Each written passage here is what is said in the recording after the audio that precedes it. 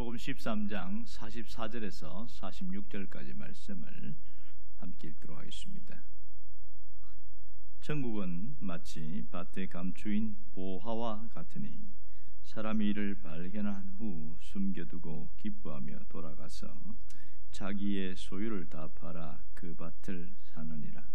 또 천국은 극마치 좋은 진주를 구하는 장사 같으니 극히 값진 진주 하나를 발견하며 가서 자기의 소유를 다 팔아 그 진주를 사느니라.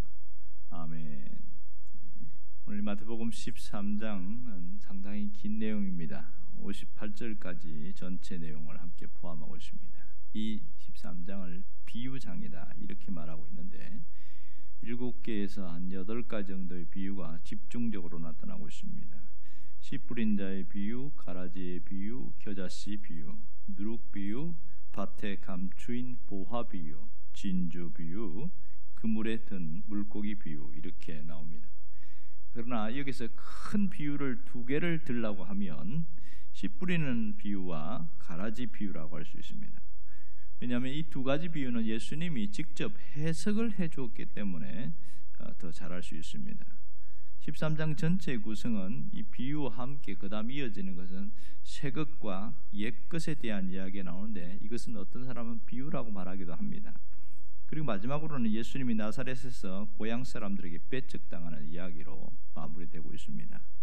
그럼 예수님이 왜 배척을 당했을까? 여기에 대해서는 몇 가지 이유가 있는데 예수님이 말씀하시는 그 교훈에는 깜짝 놀랐지만 그들이 갖고 있는 선입견과 편견과 어떤 시기심 때문에 예수님을 배척하게 된 것을 알 수 있지요.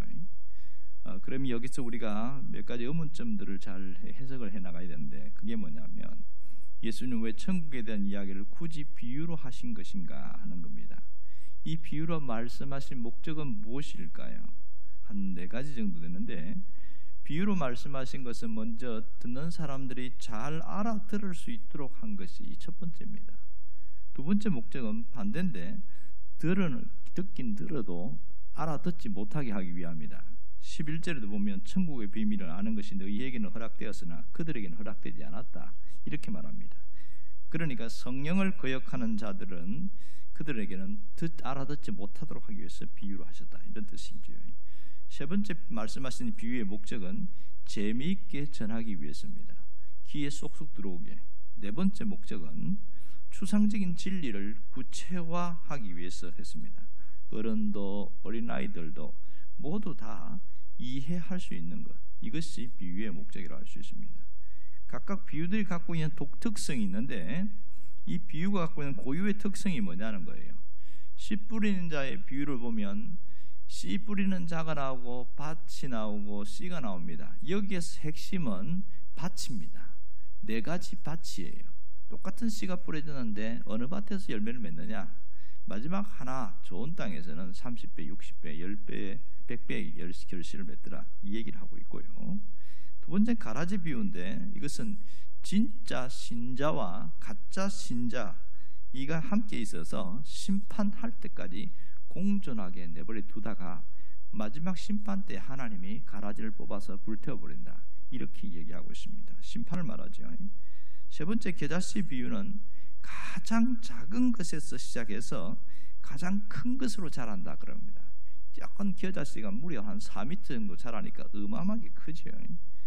그래서 이 복음의 역사를 말하고 있고요. 그 다음에 누룩 비유는 겨자씨 비유와 굉장히 공통점이 있는데 공통점은 작고 적은 것에서 점점 크게 확장된다는 것에서는 공통점이고 차이점은 겨자씨 비유는 자체의 성장이지만 누룩의 비유는 변질시켜서 뭔가 변형시켜서 성장하더라 이 얘기입니다.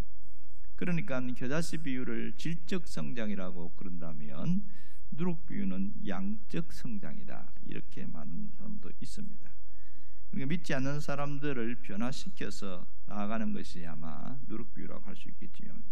또 보화 비유가 나오는데 이것은 누군가 땅 속에 보화를 묻어두었던 것이 늘 핵심이었는데 여기에서 핵심 뭐냐면 천국은 비싼 대가를 지불할 가치가 있다 이 얘기입니다.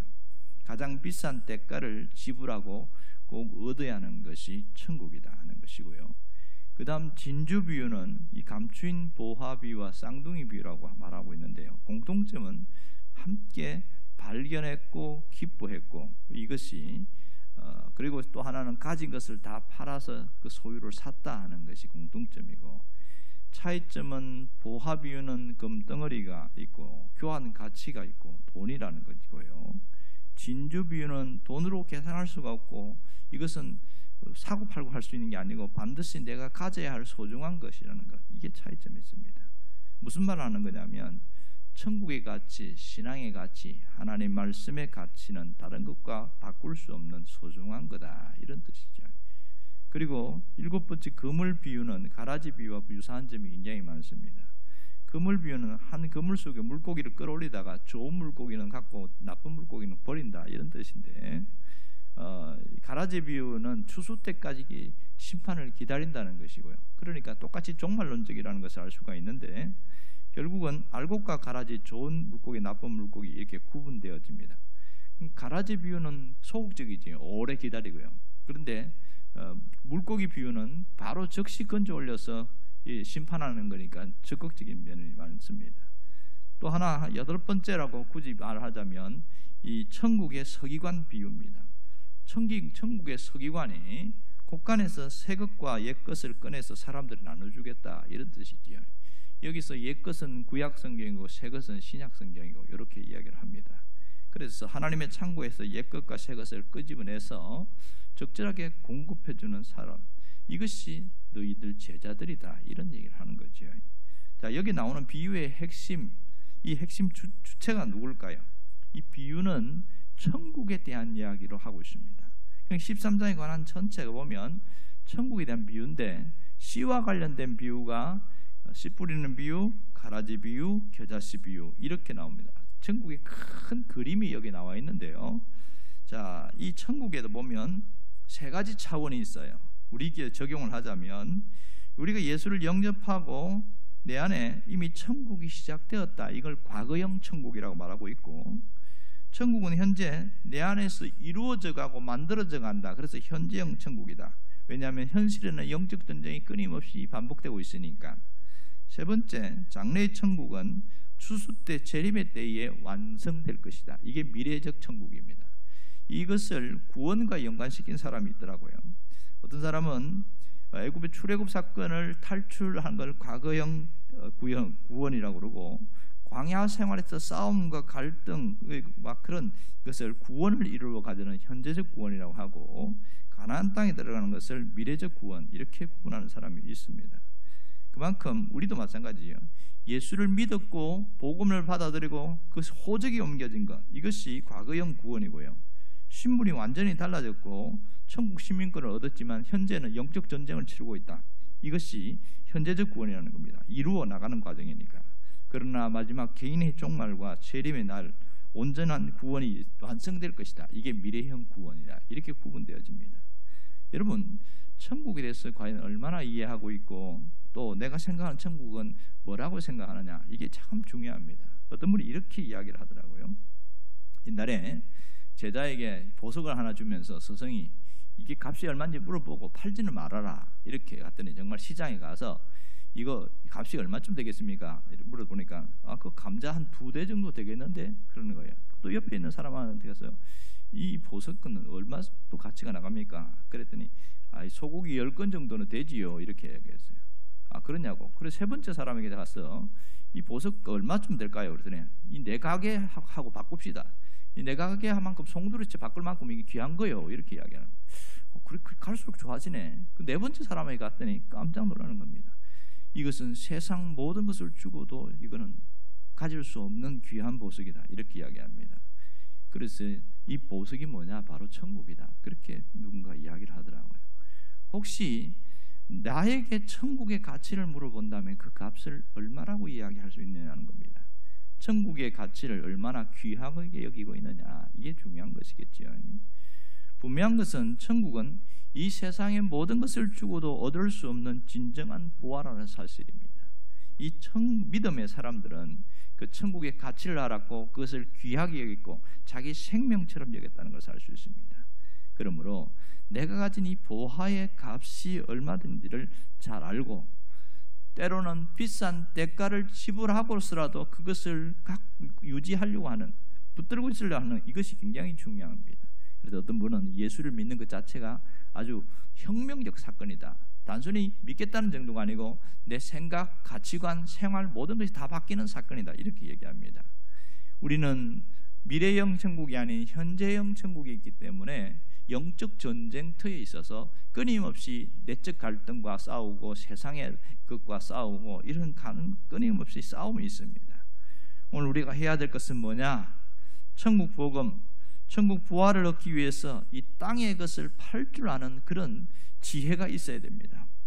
취미를 팔고 세상 가치관을 다 팔아버려서 내가 하나님의 것을 붙들려고 하는 겁니다. 세상에 있는 주를 다 팔아버리고 영적인 주를 붙드는 거지요.